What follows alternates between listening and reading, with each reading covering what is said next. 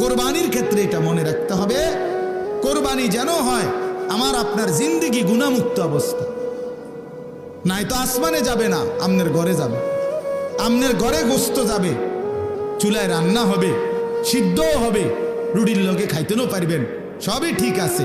কিন্তু আসমানে যেতে হলে, আল্লাহর কাছে যাইতে হলে তাকওয়া লাগবে, তাকওয়া লাগবে। টাকাটা হালাল হইতে হবে। 1 টাকা হারামের টাকা, এটা দিয়া কোরবানি কবুল হয় না। এবং হারাম টাকার শরিক যে হয় তার কারণে বাকিদের কোরবানিও কবুল হয়। আপনি যদি বলেন বুঝমু কেমনে, না বুঝলাম না, হেতের লগে করেন কেন? কথা বলেন না কেন? আপনি 1.5 লাখ টাকা 3 লাখ টাকার গরু লোক দেখাইতেন গেলেন কেন?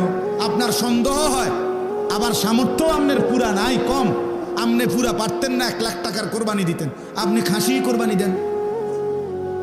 এটা তো ইবাদত, এটা তো গোস্ত খাওয়া না। কথা বুঝছেন?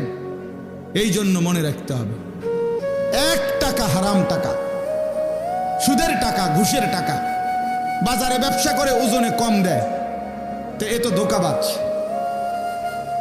এ তো ধোঁকাবাজ।